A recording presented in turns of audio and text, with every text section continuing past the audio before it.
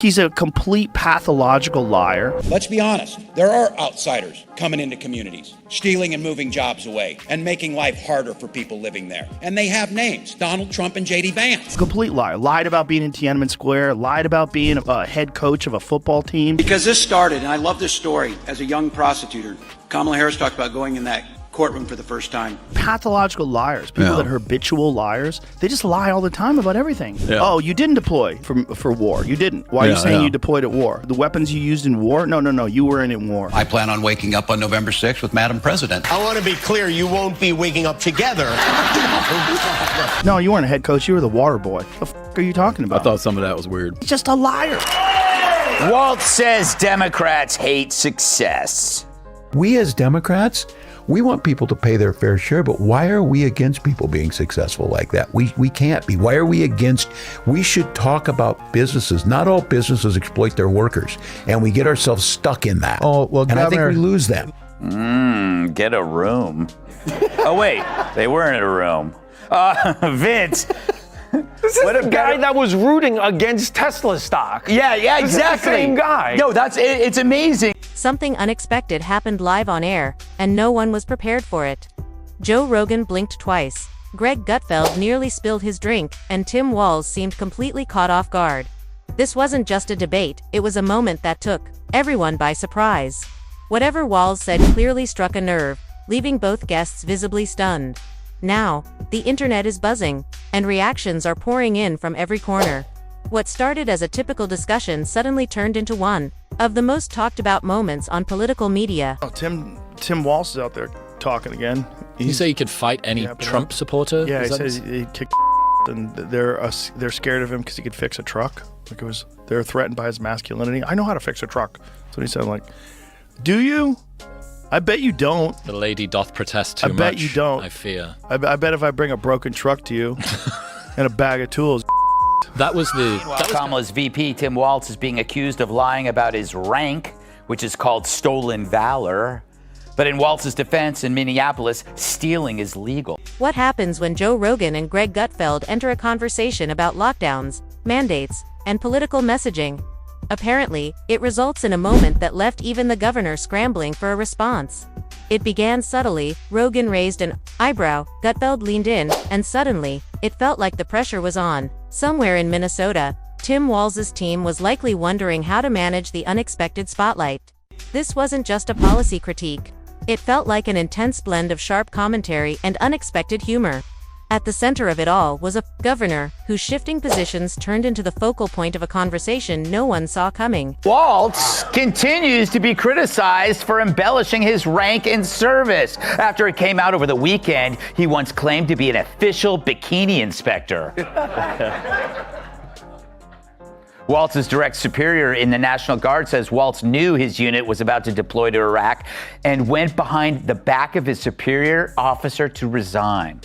When reached for comment, Walz yelled, "Hey, look over there!" and then ran away. You haven't seen that? No. The video of him taking down the Minnesota flag and he replaced it with the new flag that looks a lot like the Somali flag. Minnesota has a huge population of Somalis in it. Oh, wait a minute. So he gets the flag, picks it up, moves it out of the way, and replaces it. Look at this.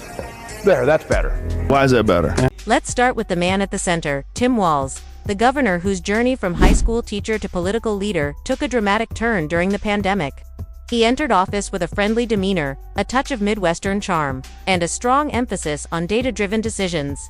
But those plans seemed to unravel quickly. One moment he was firmly committed to following the science, and the next, his policies appeared to shift unexpectedly, more like improvisation than strategy, drawing mixed reactions across the board. Yeah, I like it. What a better way to show their opposition to successful people than making him VP.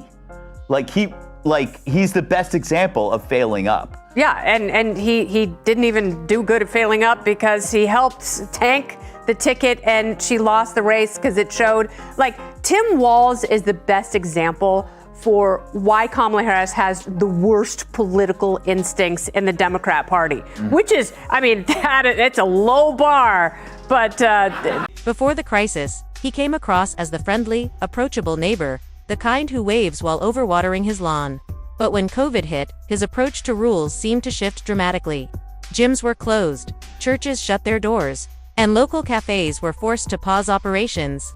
At the same time, large public gatherings were treated differently, raising eyebrows and questions about consistency.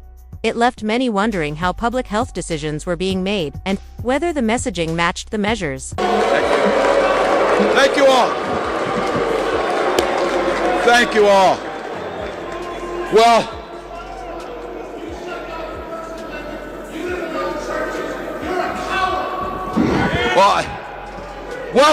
welcome to the Capitol. It's great that you're all. Sir, you're welcome to come. Let me finish. Let me finish and vote. He served. He doesn't have fucking votes, sir. Shut your. This was a leader who used emergency powers with confidence, issuing executive orders one after another as the pandemic evolved. Each time people asked when restrictions might ease, another directive followed, leaving many feeling uncertain. The mask mandates became a series of shifting rules: masks required, then optional, then required indoors again, with exceptions that left people confused. It often felt less like public guidance and more like a puzzle. That's where Joe Rogan entered the conversation. Observing from a distance, he questioned the logic behind some of the decisions, like why playgrounds were closed off while liquor stores remained open. Known for challenging government overreach, Rogan's commentary unpacked the inconsistencies in a way that sparked even more public debate. 100% right with Tim Walz. I know I'm doing something right when the Fox News crowd is all pitching at me like crazy. Like, I'm loving it. That guy was almost the vice president of the United States. Elon Musk was crying last week. Tim is being mean to me, basically, you know, like, yeah. I'm sure you've seen that thing where it shows Obama saying, I need a vice president that's dumber than me. He may or may not have cognitive decline problems at his age, but at her age, she's just dumb. Yeah, Biden and I think Biden I was saying, that I need a vice president. Just when things seemed tough for Walz, Greg Gutfeld entered the conversation with his signature mix of sarcasm and high energy. While Joe Rogan highlighted the inconsistencies in policy, Gutfeld amplified them through humor and sharp critique. His commentary turned confusion into satire, sparking reactions across the board. Instead of portraying Walz as a leader handling a crisis, Gutfeld framed him as someone overwhelmed by the chaos, responding with measures that sometimes felt more performative than practical. He pointed out contradictions, like banning indoor dining while encouraging outdoor setups that closely resembled indoor spaces. The frequent policy shifts frustrated business owners, who often received updates midweek during briefings that felt unclear and poorly communicated. Politico writes this piece on the body language from the debate, claiming that it speaks volumes. Yeah, it says that Walz lost, but one of them, Politico says, is like Walz's wide eyes showed his passion and emotional intensity. Can we show that? There is his wide eyes. Rogan couldn't hold back as he highlighted how the working class bore the brunt of the restrictions. Barbers, mechanics, personal trainers, and countless others whose jobs couldn't be done from behind a Zoom screen. Meanwhile, those in political circles seemed largely unaffected, appearing composed and well-lit on every virtual call. The topic of remote learning struck a nerve, too. Rogan emphasized how students were pushed into an uncertain digital space, while children in more privileged circles often continued with little disruption. Gutfeld, never one to miss a punchline, portrayed the situation with satirical flair, imagining a behind-the-scenes wheel of random mandates and shifting narratives. This wasn't about promoting conspiracy. It was about pointing to a public record that many found inconsistent and frustrating. And just in case viewers thought it all ended with the pandemic, Gutfeld reminded them of the challenges that followed from civil unrest to economic strain, adding even more weight to the discussion. Ever seen that video? No. This is what people love about Donald Trump. The fact that he would say this. But unfortunately, Governor Walz isn't here himself, but don't worry, he'll say that he was. He's going to say he was. I used to think the Democrats were crazy for saying that men have period, but then I met Tim Walz. It's hard to even bring him up. He has a resting snitch face. You know? I mean, he forfeited his man card during COVID and the riots. And you're right. And also, at that diner, of course, he left early. Throughout the crisis, Walz often appeared more focused on figuring out who was in charge than actually stepping up to lead. It felt like accountability was always just out of reach. Joe Rogan brought forward data, crime, statistics, property, damage, and economic impact, while Greg Gutfeld added his signature humor. Together, they transformed a complex policy discussion into a compelling critique. Gutfeld likened the situation to political role-play, where Walz looked the part of a leader but delivered with the uncertainty of someone who'd misplaced the plan. Unfortunately, it was the public that bore the consequences. In the end, Walz became a recurring example in Rogan's analysis and a recurring sketch in Gutfeld's satire. And when a former teacher's pandemic response becomes a punchline for both a UFC commentator and a libertarian talk show host, it might be time to reflect, or at least read the fine print on the next executive order. It's odd greeting the man of the hour. Tim Walz brings us our second video of the day, and he's got a very weird way of greeting his wife of 30 years. Roll it.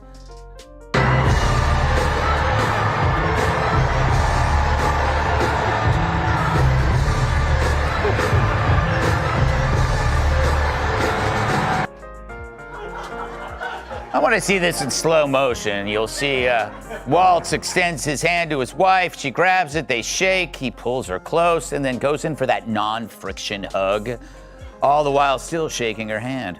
I wish there was a word to describe that. Oh yeah, weird.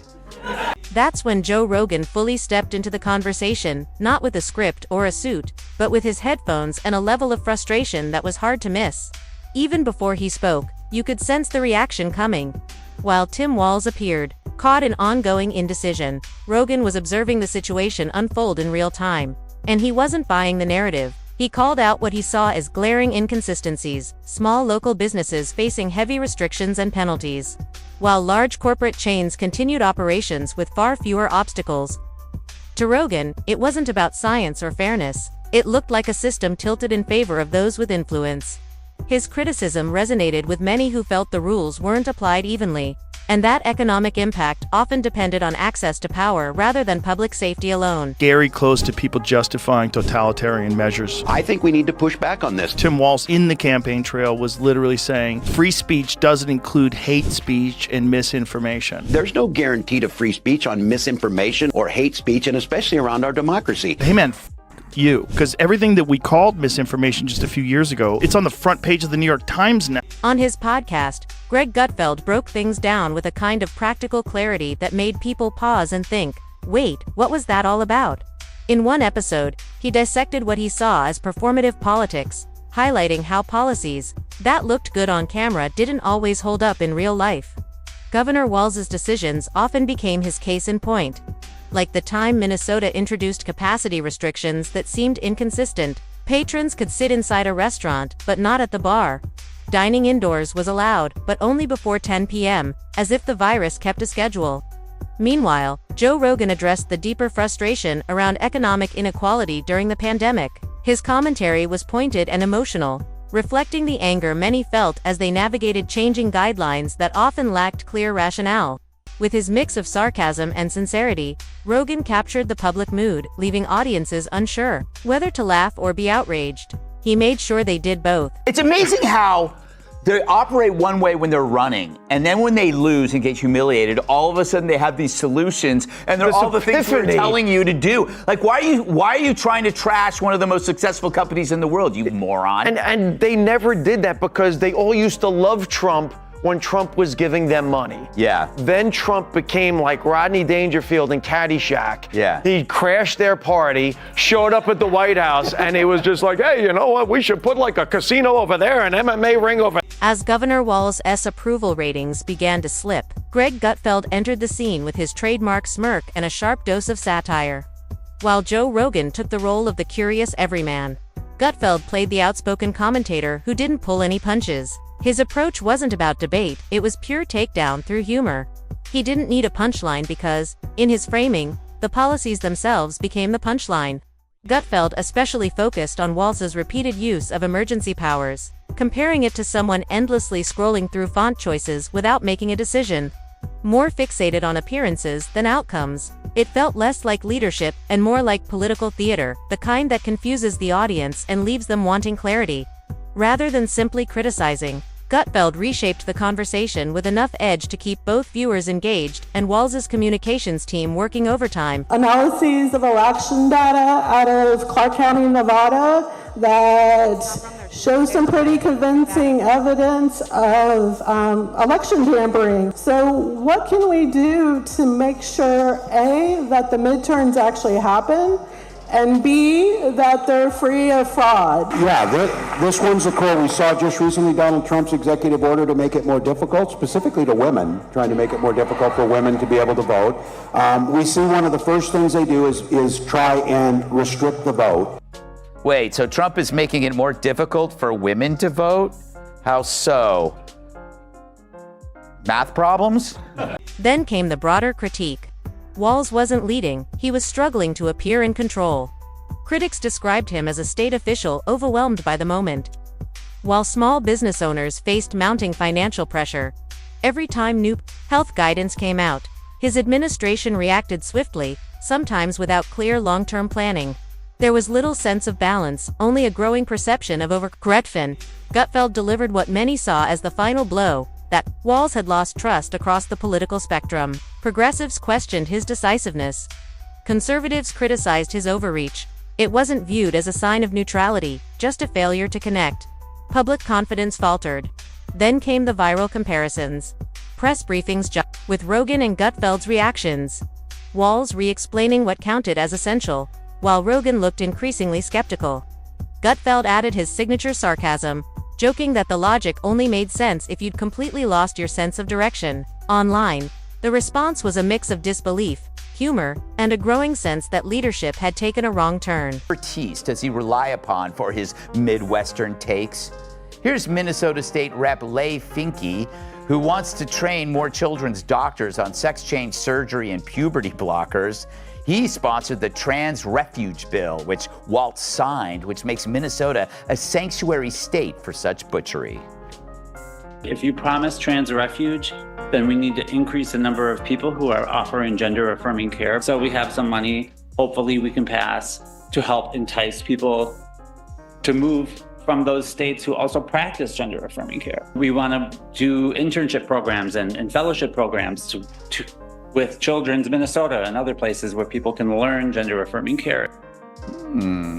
Wow. It's now available for babysitting. The critique wasn't loud or aggressive, it was precise. More than just a roast, it felt like a careful breakdown of decisions and contradictions, turning unclear regulations into moments of reflection and, at times, humor. In the aftermath, what remained was a leader standing amid the political consequences of his own choices, facing a public no longer applauding. But this wasn't just about one governor, it reflected a broader concern about the erosion of public trust. What happens when leadership feels performative, and the blame is redirected toward the very communities impacted most? Minnesota's economy suffered, many small businesses didn't return, and public confidence waned. Approval ratings declined, and even longtime supporters began to question the path forward. While some leaders acknowledged missteps, Walz became a focal point for wider criticism. Joe Rogan, never one to hold back, summed up the frustration clearly. The issue wasn't leadership, it was the appearance of it. And in that moment, a podcast host and a late-night commentator didn't need outrage to make their point. They used humor, facts, and perspective to cut through the noise, offering a clarity that resonated with a public ready for something more honest.